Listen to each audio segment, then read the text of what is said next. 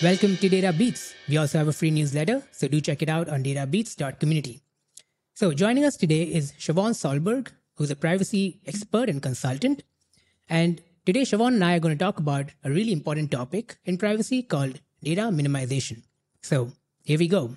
Hey, Siobhan, thanks for joining. Thank you for having me.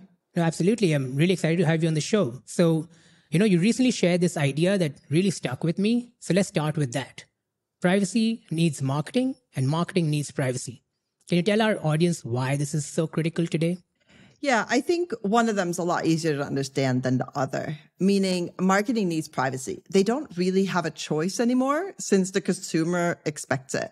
So a lot of them are still resisting it. Marketing generally doesn't want to deal with it, but especially within the next year or two, it's mandatory. You don't have a choice. You're going to have to face it. And if you face it earlier than later, you'll end up gaining your consumers' trust quicker.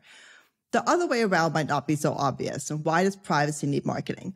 But privacy has this problem in communication. Privacy writes a lot of letters to people. It writes privacy notices. It tries to communicate that they're doing the right thing. And they also communicate within the company. And they're just not that great at it. It's usually lawyers, so they get stuck in speaking like lawyers, which is what they're trained to do, which is great. But it doesn't necessarily come across correctly to all the users and consumers. So it really helps them to go to the marketing team and say, can you just rewrite this? Or, this is the legal bit that needs to be there, but write that so everyone can understand it. And then ultimately they'll both serve the same purpose, which is growth for the company and trust for the consumer. Absolutely. I strongly believe that, the age of privacy-friendly marketing is upon us, and companies will either embrace it or become irrelevant. I'm certain that more and more people will expect companies to make their privacy practices explicit, right? So data minimization, right? When and where did you first come across the idea of data minimization? Was it the GDPR Article 5 or elsewhere? No, actually, it wasn't privacy at all. As a measurement marketer, which is what I've done for years before this, I always had this thing I told my clients, which was do not collect data that you can't action on, which is the same idea as data minimization, nice. Right? It's saying only collect what you need. So then when I got into privacy, it obviously really helped me to have that principle, which was data minimization, along with purpose limitation and storage limitation. So it was already ingrained in me, and ultimately it just took it to the next level, and it's become so much more important. So for me, it was a natural transition. I actually don't remember where I first came across the term, but when I heard it, it just made sense in a flash. It's one of those things that I believe doesn't even need to be defined, but we'll define it anyway, right? If you had to explain it to a 5-year-old in the simplest possible terms, how would you tell someone what is data minimization? You say we don't need to define it because it's ingrained in us, but then we all collect all the data we can. So how would I explain it to that 5-year-old? I think I would just say, before collecting all the toys, like you can't fill your room with a bunch of toys because then you won't know what you want to play with and who and you want to play with. So the moment you can't make a decision because you have so many toys, you have a problem. And it's the same idea with data minimization, right? Because data minimization on its own is just saying collect only what you need. So only keep the toys that you're going to play with. There's obviously more to it, but that's the simple version. If you then also have a purpose as to why you want to play with the toys and, what you're going to do with the toys, meaning I'm going to play Legos with so-and-so, then you have like 3 principles in front, right? You've decided what data you're going to collect, what you're going to do with that data, and what the reason is for that data. I love that analogy. I mean, that just, I never thought of it that way. It's really cool. So, and you already said it, right? It's becoming the norm for organizations to collect all the data, from all the sources and dump it all in the data warehouse. At the same time, it's becoming common knowledge that a big chunk of this data is never really used, right? And besides, organizations spending more money on storage costs, there's also like serious privacy implications of collecting all the data and storing all the data. So can you walk us through some of those risks and their potential consequences of collecting all the data and storing all the data? Yeah, I think you hit the nail on the head there. There are so many risks involved in collecting all the data. Really, the main one is not even a risk in terms of privacy. It's just one of those ideas of you can't make decisions on that data if you've got so much that you can't even understand where to start. And that affects the business, right? It affects growth because you can collect all you want when you can't make decisions on it. It's not going to help. And then from a privacy perspective, there's a lot of risk. The more data you collect, the more you're keeping within your data warehouse. If there's a breach, and it's if now, it's not when, right? If there's a breach, that's more data that you've exposed. So it's more data you need to keep track of. It's more data that you need to keep accurate. It's so much that you need to do, so much work involved in that if there's not a real reason to be keeping it, I don't see a reason to keep it. But really, to me, the main issue is this decision overwhelm. I think maybe that's the, measurement marketer in me speaking, but it's just, you can't make a decision off of that much data. If you can, then great. Then you probably have a reason to keep it. And there are enterprise organizations that have a ton of data and they make decisions off of it. But they also, smaller companies, SMBs, that's a lot harder for them to do. So there's no reason to keep it all. There's this idea of data swamp, which is very real. And I can say from my experience that there's a massive disconnect between, data teams that implement data collection efforts and non-data teams or go-to-market teams that use the data in the various tools that they use every day. So going back to collecting all the data, storing all the data, I'm sure you come across such organizations in your consulting practice. So, how do you get them to understand the importance of data minimization? Really, it comes down to just telling them what the idea behind data minimization is, right? And what's the idea is just collect data you can make a decision on, something that you have a purpose to be collecting, something you have a reason to need to have.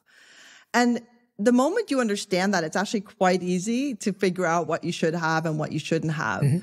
Really, at that point, it's just decide first what actions and what decisions you will make or take on that data, and then you can collect it. That's really all I ever tell them, because that's the basis of the whole idea, right? Yeah, and it's not all doom and gloom, right? I mean, we're talking about the risks and all of that, but there's serious benefits to collecting only the data that you need and only the data that you're going to use. So if you had to highlight, a couple of those benefits, what would those be? I think the main benefit would be clarity, right? Because you'll have clarity in what's going on in your organization. You'll have clarity in what growth channels are working, what's not working. If you practice the data minimization principle, then you also, other than clarity, because you have less data to work with, you have also more accurate data. So, right, the moment you have accurate data, less data, and you have already decided what action you're going to take on that data, you're doing great, right? Yeah. Like, you've got all the clarity in the world, which is what you need for growth. Sorry, I had to give you a drum roll for what you just said, It just made so much sense. Thank you. Awesome. And since you mentioned the data minimization principle, it also states that organizations should keep the data only for as long as they need it, right? So can you touch upon that? When and how should organizations decide to get rid of the data that they don't need? Yeah, so it really ties closely together with data minimization, right? This concept of storage limitation, meaning you can only keep the data for as long as you need to keep the data. Now, there are laws that govern how long you have to keep data, sales data, transaction data. You have to keep for, 7 years because of tax purposes. So you don't have a choice. It's defined by law. But then there are other bits. If you've gotten someone's email for a webinar, how long do you actually need it to serve the purpose that they gave it to you? Meaning they signed up for the webinar. Yeah. Now you've given the webinar. They didn't give you permission to market them otherwise. So you don't need it anymore. So it's time to delete it. So it's just, you have to ask that of every bit of data to understand how long you need to keep something or not. And always remember that there are other laws that also govern how long you have to keep data. I love it. I'm waiting for the day that, marketers decide to do exactly this. You don't need these emails. Let's just get rid of these emails instead of just constantly sending them emails and, hurting your domain reputation, increasing your spam complaints and all of that stuff. So Anyway, so now it's time for you to share some advice for organizations that are at different stages of their data collection journey, right? So what's your one piece of advice for growing organizations that are relatively early in their data collection journey? I think the best piece of advice I can give you is define a purpose and know what action you're going to take on a set of data. So let's say you have a great dashboard and you're seeing everything that's going on in your organization. You should know exactly what you will do when you see what, meaning sales decreased. You know exactly what you're going to do. Sales increased, you know exactly what you're going to do. But that needs to apply to every bit of data, because if there's no action tied to your data, there's no reason for you to have that data. And therefore, there's no reason for you to collect it. So it's a good exercise to go through in the beginning to know what to even collect. Right. And now moving on to organizations that are fairly large and already store a lot of customer data, what's the best way for them to adopt data minimization practices? Yeah, this gets trickier, right? Because you already have this whole setup and you're collecting all this data. Most of the times, it starts with a data mapping exercise of sorts. You need to first figure out what's actually going on. In most of these larger organizations, not one single person knows every piece of data you're collecting and how it's being stored and where it's being stored and when it's being deleted. So the first thing you need to do is just jot that all down and know exactly what's being collected, where it's being kept, how long for.